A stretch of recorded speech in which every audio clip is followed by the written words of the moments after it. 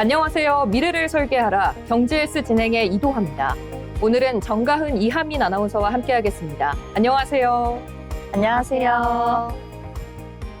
전날 뉴욕 증시는 날아올랐지만 우리 시장은 그 온기를 온전히 이어받지 못했습니다. 오늘 막을 내린 코스피와 코스닥은 나란히 파란불을 켜며 아쉬운 디커플링 흐름을 보였습니다. 코스피는 장중 한때 9,380선까지 치솟으며 역사적인 9,000선을 돌파한 이후 숨고르기에 들어간 모습인데요. 코스닥은 외국인의 매수세가 유입되기는 했으나 기관의 거센 매도 폭탄에 밀리는 모습을 보였습니다.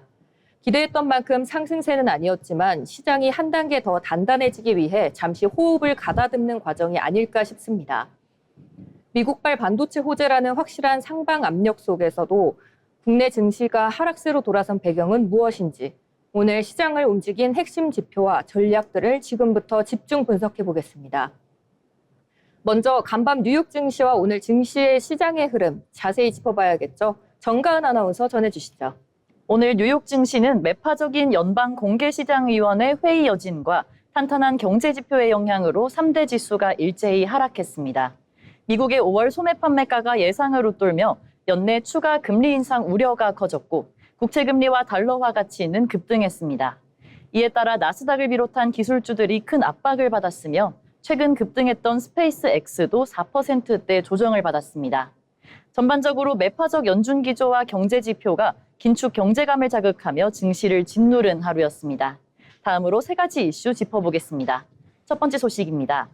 미국과 이란이 호르무즈 해협을 재개방하고 최종 평화협정 타결을 위한 60일간의 단기 협상에 극적으로 도입했습니다. 도널드 트럼프 대통령은 이를 미국의 거대한 승리라고 자평했으나 실제 이란 핵무기 개발을 완전히 차단하기에는 합의문 내용이 부족해 최종 타결까지 갈 길이 멀다는 지적이 나오고 있습니다. 특히 이란에 단 1센트도 주지 않겠다는 트럼프 정부의 공언과 달리 합의문에 이란 재건을 위한 3천억 달러 규모의 계획 조율이라는 모호한 문구가 포함되면서 공화당 내부에서조차 최악의 외교적 실책이라는 비판이 쏟아지고 있습니다. 또한 헤즈볼라 자금 지원 차단이나 미사일 규제 같은 핵심 난제들은 아직 제대로 다뤄지지 않은 상태입니다. 60일이라는 짧은 시한 속에서 트럼프 대통령은 협상 결렬 시 다시 폭격에 나설 수 있다고 경고하며 압박을 이어가고 있습니다. 두 번째 소식입니다. 도널드 트럼프 대통령이 해외정보감시법 갱신 지연에 불만을 품고 제이 클레이튼 국가정보국 국장 지명자의 상원 인사청문회를 전격 취소시켰습니다. 트럼프 대통령은 유권자 신원 확인을 의무화하는 세이브 미국 법안이 파이사 법안에 포함되지 않으면 승인하지 않겠다며 벼랑 끝 전술을 펼치고 있습니다. 이에 따라 클레이튼은 신속히 인준해 국가안보 경력이 없는 빌대행을 교체하려던 의회 계획에 급 제동이 걸렸습니다. 야당은 트럼프 대통령이 국가안보를 정치적 카드로 쓴다며 비난했고 여당 내부에서도 유감의 목소리가 나오고 있는 가운데 최고정보수장 공백 우려와 함께 의회와 백악관의 정면 충돌로 인한 전국 경색이 심화되고 있는 국면입니다. 마지막 소식입니다. 버락 오바마 전 미국 대통령 부부가 빌 클린턴, 조지 부시, 조 바이든 전 대통령 등 주요 정재계 인사들과 유명 연예인들을 초청해 시카고 남부의 오바마 대통령 센터를 정식 개관했습니다. 퇴임 후 10년 만에 문을 연 이 센터는 약 8억 5천만 달러의 민간 자금이 투입되었으며 박물관뿐만 아니라 놀이터와 농구장 등을 갖춘 복합 커뮤니티 공간으로 자리매김했습니다. 개관식에서 오바마 부부는 현 트럼프 행정부를 겨냥한 듯한 우회적 비판을 던졌으며 갈등 관계인 도널드 트럼프 현 대통령은 초청에서 제외됐습니다. 이 센터는 첫 흑인 대통령을 기리고 지역 관광을 활성화할 것이라는 기대를 모으고 있지만 부지 유치를 둘러싼 법적 공방과 지역사회의 젠트리피케이션 우려 등 여러 논란도 함께 남기고 있습니다. 지금까지 이슈 브리핑이었습니다. 중동의 극적인 단기 협상 돌입이라는 호재 이면에 미 의회와 백악관의 정면 충돌, 그리고 오바마 센터 개관을 둘러싼 정계의 깊은 갈등이 고스란히 노출된 뉴스였습니다. 정치적 변수와 인플레이션 우려가 자산 시장의 변동성을 키우고 있는 만큼 시장의 섣부른 낙관보다는 철저한 리스크 관리가 필요한 시점입니다. 이어서 우리 시장에서 오늘 주목해 볼 만한 뉴스들도 체크해 봐야겠죠. 이하민 아나운서와 이야기해 보겠습니다. 네, 첫 번째 소식입니다. AI 반도체 수요가 급증하면서 한국과 대만의 반도체 기업들이 글로벌 공급망의 중심으로 떠오르고 있습니다. 미국 뉴욕타임스가 삼성전자와 SK하이닉스 그리고 엔비디아를 AI 산업 성장의 핵심 수혜 기업으로 지정하면서 세계 최첨단 AI 공급망이 한국과 대만을 중심으로 재편되고 있다고 평가하기도 했는데요. 특히 AI 서버의 핵심 부품인 고대역폭 메모리 HBM 시장을 SK하이닉스와 삼성전자가 주도하면서 글로벌 영향력 역시 한층 커지고 있습니다. 최근 엔비디아 최고 경영자 젠슨 황이 SK하이닉스를 부스를 찾아 더 많이 만들어달라는 메시지를 남긴 것도 이 급증하는 AI 반도체 수요를 잘 보여주는 장면으로 해석됩니다. 이 같은 호황에 힘입어 한국과 대만 증시는 사상 최고 기록을 경신하고 있고 또 서버와 전력, 냉각 장치 등 AI 관련 산업 전반으로 랠리가 확산되고 있습니다. 다만 AI 관련 종목의 밸류에이션 부담과 또 가파른 시장 변동성 확대는 이 부담 요인으로 꼽히는 만큼 성장세가 얼마나 지속될지에도 관심이 쏠리고 있습니다. 두 번째 소식입니다. 전 세계 중앙은행이 금을 보관하는 전략을 바꾸고 있습니다. 최근 미이란 전쟁 같은 지정학적 불확실성이 커지면서 이 해외에 있던 금을 국내로 들여오거나 또 장소를 다변화하려는 움직임이 확산되고 있는데요. 세계금협회에 따르면 지난 1년 동안 국내 금 보관 시설을 확대하거나 해외 보관처를 다변화한 중앙은행은 전체 19%로 1년 전보다 크게 늘었습니다. 또 그동안 대표적인 금 보관업으로 꼽혀온 곳은 영국 영란은행과 또 미국 뉴욕의 연방준비은행인데요. 하지만 이곳에 금을 보관한다고 답한 비율도 모두 감소한 것으로 나타났습니다.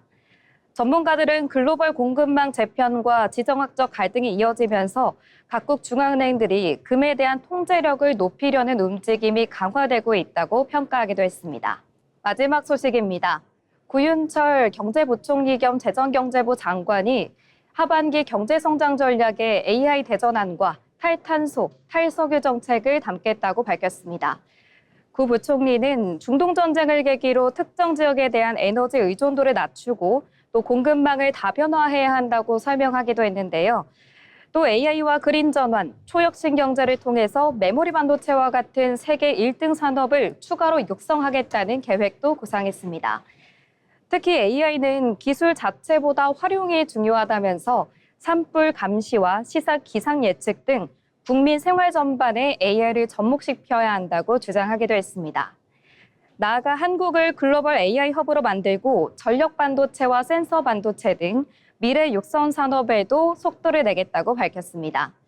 구 부총리는 세계 국채지수 WGBI 편입에 대해서는 한국이 선진국으로 인정받는 데 의미가 있다면서 외국인의 투자 확대에 긍정적인 영향을 줄 것으로 기대했습니다. 지금까지 뉴스 브리핑이었습니다. 각국의 각자 도생이 심화되는 경제 질서 속에서 결국 미래 시장의 판도를 바꿀 핵심 열쇠는 AI와 첨단 산업에 있다는 것을 다시 한번 확인하는 시간이었습니다. 민관이 한뜻으로 힘을 모아 다가오는 AI 대전환기를 우리 경제의 위대한 도약기로 만들어가기를 응원하겠습니다.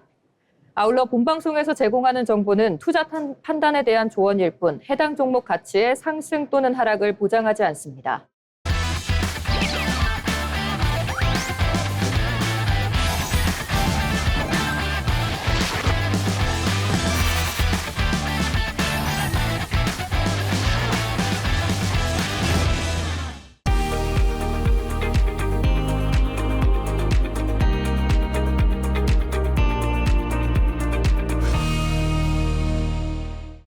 이번 시간은 부자가 되고 싶은 아나운서들이 모여 주식과 경제 이야기를 나눠보는 돈의 맛 시간입니다. 먼저 국내 증시 마감 상황 알아보겠습니다. 김수현 아나운서 전해주시죠. 6월 19일 금요일 국내 증시 마감 시황 전해드리겠습니다. 금요일 장을 마친 국내 증시는 다소 무거운 흐름 속에 이번 주 거래를 마감했습니다. 양시장 모두 매도세 압력을 이기지 못하고 하락세를 보였는데요. 지수 마감 상황부터 정리해드리겠습니다. 코스피는 전거래일 대비 11포인트 넘게 내린 9,052선에 안착하며 0.14%의 소폭 하락세를 기록했습니다. 코스닥의 낙폭은 이보다 조금 더 깊었는데요. 3% 넘게 조정을 받으며 34.34포인트 하락한 996.59포인트의 마감에 아쉽게 천스닥 고지를 내어준 모습입니다. 다음으로 투자자별 매매 동향에서는 두 시장의 흐름이 엇갈렸습니다. 코스피 시장에서는 개인 홀로 1조 6,400억 원이 넘는 매수 우위를 보였지만 외국인과 기관이 동반 매도세를 나타냈습니다. 반면 코스닥 시장에서는 외국인이 4,900억 원 가까이 지수를 사들였음에도 불구하고 기관과 개인의 매도 물량에 밀려 지수 방어에는 실패했습니다. 이어서 코스피 시가총액 상위 종목 흐름입니다. 유가증권 시장의 반도체 대형주는 흐름이 다소 무거웠습니다. 삼성전자가 2.34% 하락한 35만 4천 원에 마감했고 SK하이닉스 역시 2.94% 내린 276만 4천 원에 거래를 마쳤습니다. 반면 자동차와 금융, 지주사 섹터는 강세를 보였는데요. SK스퀘어가 4.71% 급등한 178만 원에 마감하며 눈길을 끌었고 현대차와 삼성생명 역시 각각 2%와 5.97%의 상승률을 기록하며 선방했습니다. LG에너지솔루션과 삼성물산도 상승 흐름에 동참했습니다. 이어서 코스닥 시총 상위 종목들은 대부분 조정 압력을 받은 걸 보실 수 있겠는데요. 코스닥 대장주인 알테오젠이 4.34% 하락한 35만 3,500원에 머물렀고 2차 전지 대표주인 에코프로비엠과 에코프로 역시 1%대 하락세를 보였습니다. 엔캠, 주성엔지니어링, 코오롱 티슈진 등 시총 상위 대다수 종목이 줄줄이 고전을 면치 못한 하루였습니다. 다만 이러한 하락장 속에서도 반도체 소부장주 중 리노공업은 소폭 상승하면서 견고한 모습을 보여주었습니다. 이번 주 금요일 시장은 대형주들의 숨고르기와 코스닥 시장의 부진으로 다소 아쉽게 마무리가 됐습니다. 주말 동안 이번 주 시장 흐름과 주요 이슈들 잘 정리해 보시기 바라고요. 다음 주 투자 방향도 저희 프로그램과 함께 현명하게 세워보시기 바랍니다. 지금까지 국내 증시 마감 시황 전해드렸습니다. 오늘 우리 증시는 양시장 모두 매도세를 이기지 못하고 아쉽게 내려앉았지만 이러한 변동성 장세는 오히려 다음 주 도약을 위한 숨고르기이자 새로운 주도주를 선별할 기회이기도 합니다. 차분해진 시장 분위기 속에서 리스크를 걷어내고 확실한 수익을 안겨줄 전략을 세워보시면 좋겠습니다. 그럼 오늘 장에서 어떤 종목들이 주목받았는지도 살펴봐야겠죠? 먼저 가은 아나운서, 어떤 종목일까요? 네, 첫 번째 특징주 삼성전기입니다. 삼성전기가 인공지능 서버 투자 확대에 따른 장기 호황 전망에 힘입어 장 초반 6% 넘게 급등하며 사상 최고가를 경신했습니다. 19일 오전 삼성전기는 장중 235만 8천 원까지 치솟았으며 이에 발맞춰 KB증권은 삼성전기의 목표 주가를 기존 220만 원에서 300만 원으로 대폭 상향 조정했습니다. 증권가는 핵심 부품인 고용량 MLCC와 대면적 패키징 기판의 수요가 급등하는 한편 까다로운 기술력과 수율 문제로 공급이 제한적이어서 최소 2년간 공급 부족 사태가 이어질 것으로 내다봤습니다. 이러한 삼성전기의 강세 속에서 MLCC 검사 장비 업체인 한울반도체가 상한가를 기록하는 등 관련 밸류체인 종목들도 일제히 급등세를 보이고 있습니다. 삼성전기 차트 보겠습니다. 시가 222만 1천 원을 시작으로 240만 7천 원을 터치하고 227만 원으로 상승 장마감했습니다. 지금까지 삼성전기였습니다. 네, 삼성전기에 대해 알아봤습니다. 그럼 이어서 다음 특징주도 살펴보겠습니다. 오늘 장 초반 시장의 눈길을 사로잡은 특징주 삼성물산입니다. 계열사 지분가치 상승과 함께 신에너지 사업에 대한 기대감이 맞물리면서 강한 급등세를 연출했는데요. 오늘 주가 강세의 배경에는 든든한 지분가치와 함께 미래 먹거리인 원전과 소형 모듈 원전, 즉 SMR 사업의 가시적인 성과가 자리 잡고 있습니다. 오늘 LS증권은 삼성물산에 대해 투자 의견 매수를 유지하고 목표 주가를 기존 55만 원에서 63만 원으로 대폭 상향 조정했는데요. 특히 삼성물산이 추진 중인 원전과 SMR 부분을 강력한 주가 재평가 요인으로 꼽았습니다. 현재 삼성물산은 글로벌 원전 기술사와의 긴밀한 협력을 바탕으로 유럽과 동남아 등에서 해외 파이프라인의 개발과 사업 검토를 활발히 진행 중인 것으로 분석됐습니다. 구체적인 입찰 일정도 투자 심리를 뜨겁게 달구고 있는데요. 삼성물산은 올해 하반기 베트남 제2원전 팀코리아 시공사 선정 입찰에 참여할 예정인데요. 지분가치라는 안정성의 원전이라는 강력한 성장 엔진까지 달게 된 삼성물산. 하반기 수주 모멘텀을 계속해서 주목해 보셔야겠습니다. 그럼 다음 특징주도 함께 만나보겠습니다. 하민 아나운서, 어떤 종목일까요? 오늘의 특징주는 LS 일렉트릭입니다. LS 일렉트릭은 2분기 실적 기대감과 에너지 효율화 사업 기대감에 힘입어 강세를 보였습니다. 거래량도 152만 주를 넘기며 투자자들의 관심이 쏠렸는데요. 이번 상승은 2분기 실적 시즌을 앞두고 전력기기 업종에 대한 증권가의 긍정적인 평가가 영향을 준 것으로 풀이됩니다.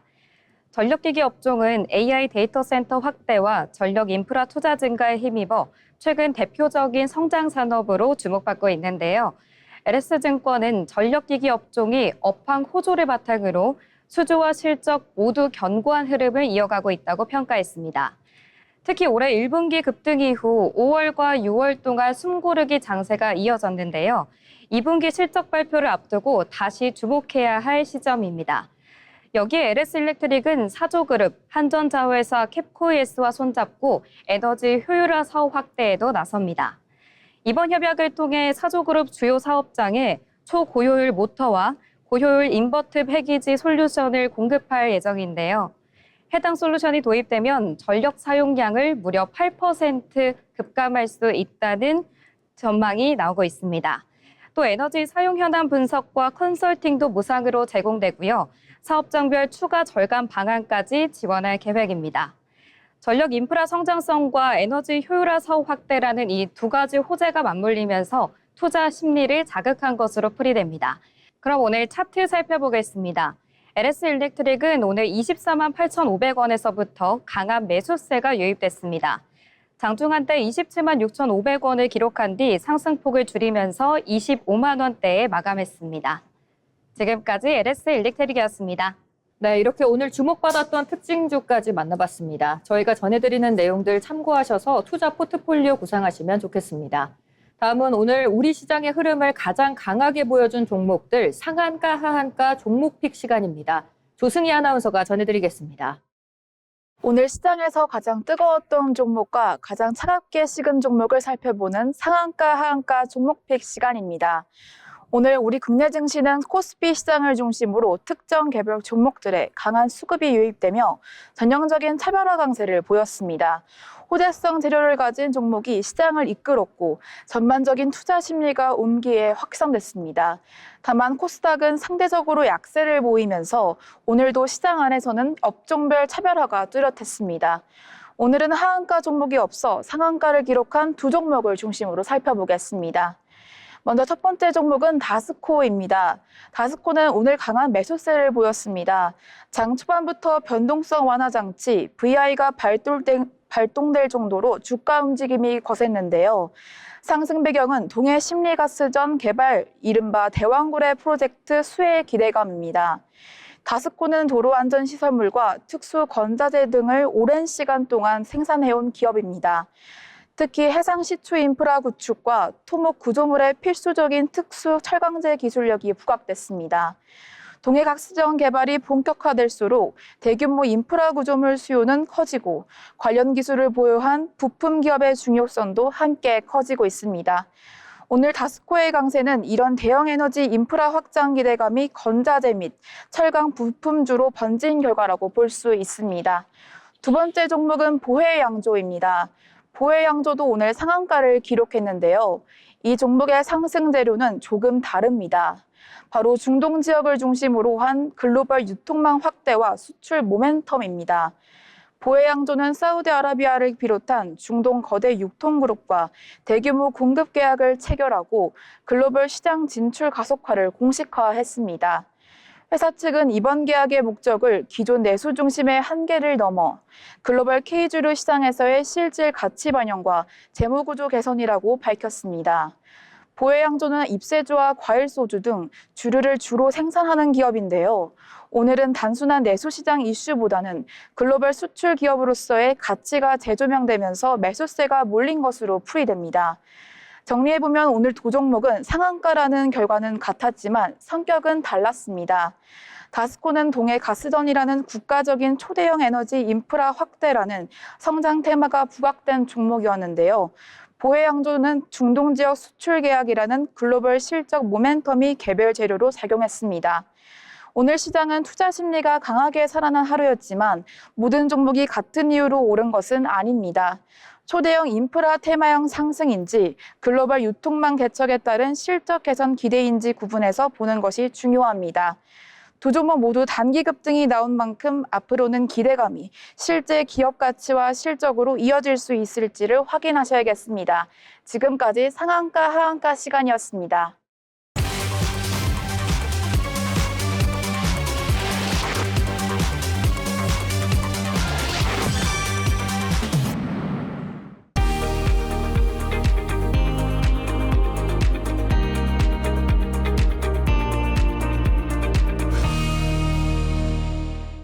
계속해서 증권사에서 발간한 리포트를 알아보기 쉽게 전해드리는 투자 리포트 시간입니다. 진호정 아나운서가 전해드립니다.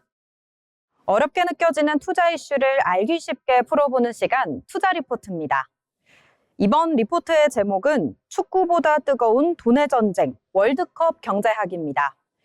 현재 미국과 캐나다, 멕시코에서는 2026 북중미 월드컵이 한창 진행되고 있죠. 경기장 안에서는 세계 각국 대표팀의 치열한 승부가 펼쳐지고 있지만 경기장 밖에서는 또 다른 경쟁이 벌어지고 있습니다.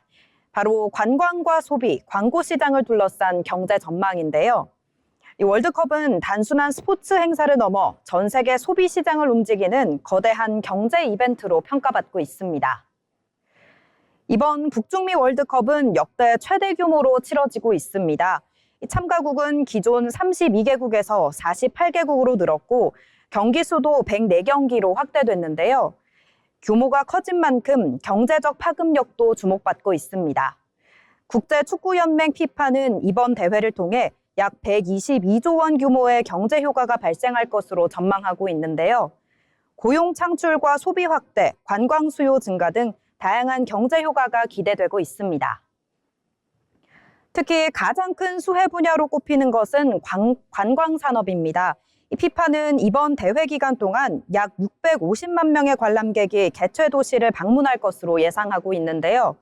관람객들은 경기만 보고 돌아가지 않습니다. 항공편을 이용하고 호텔에 머물고 식당과 카페를 찾고 기념품을 구매하면서 지역 경제에 소비를 남기게 되는데요. 실제로 월드컵 관련 지출 가운데 가장 큰 비중 역시 관광객 소비가 차지하는 것으로 분석되고 있습니다. 또 기업들에게 월드컵은 세계 최대 규모의 마케팅 무대이기도 합니다. 전 세계 수십억 명의 시선이 집중되는 만큼 글로벌 기업들은 대규모 광고와 스폰서십 경쟁에 나서고 있는데요. 음료와 자동차, 스포츠웨어 기업은 물론 결제 서비스와 디지털 플랫폼 기업들까지 브랜드 노출 확대에 적극 나서고 있습니다.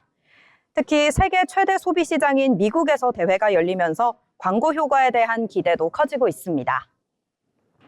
이번 월드컵에서 새롭게 주목받는 변화도 있습니다. 바로 경기 중간에 운영되는 하이드레이션 브레이크, 수분 보충 시간인데요. 선수 보호를 위한 조치지만 경제적으로는 새로운 광고 시장을 만들고 있습니다. 축구는 경기 중 광고를 넣기 어려운 종목으로 꼽혀왔지만 이 시간 동안 새로운 광고 상품을 판매할 수 있게 되면서 방송사는 광고 수익을, 광고주는 추가 노출 기회를 확보할 수 있게 됐는데요. 월드컵이 스포츠 산업을 넘어 미디어 산업의 수익 구조까지 변화시키고 있는 셈입니다. 그렇다면 투자자들은 어떤 산업을 눈여겨봐야 할까요? 먼저 관광객 증가의 수혜가 기대되는 항공과 호텔, 여행 플랫폼 산업이 있습니다. 관광 소비 확대에 따라 카드 결제와 디지털 결제 서비스 기업들도 주목받고 있는데요.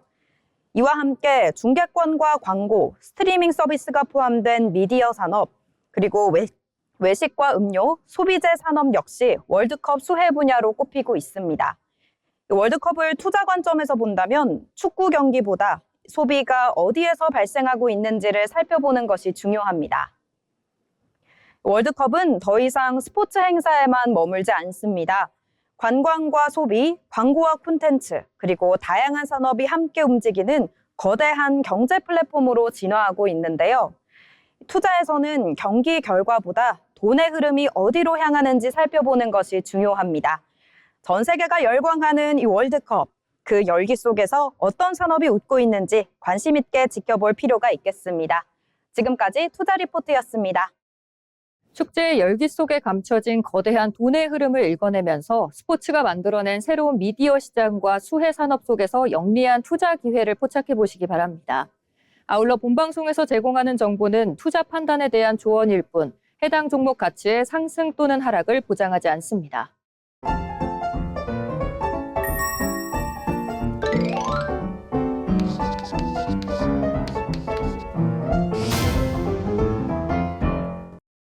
그럼 오늘 시장을 한 줄로 요약해 보도록 하겠습니다. 먼저 가은 아나운서부터 오늘 장 어떻게 보셨을까요? 오늘 장은 꼭 밀당하는 연인 같았다라고 정리해 볼 수 있겠는데요.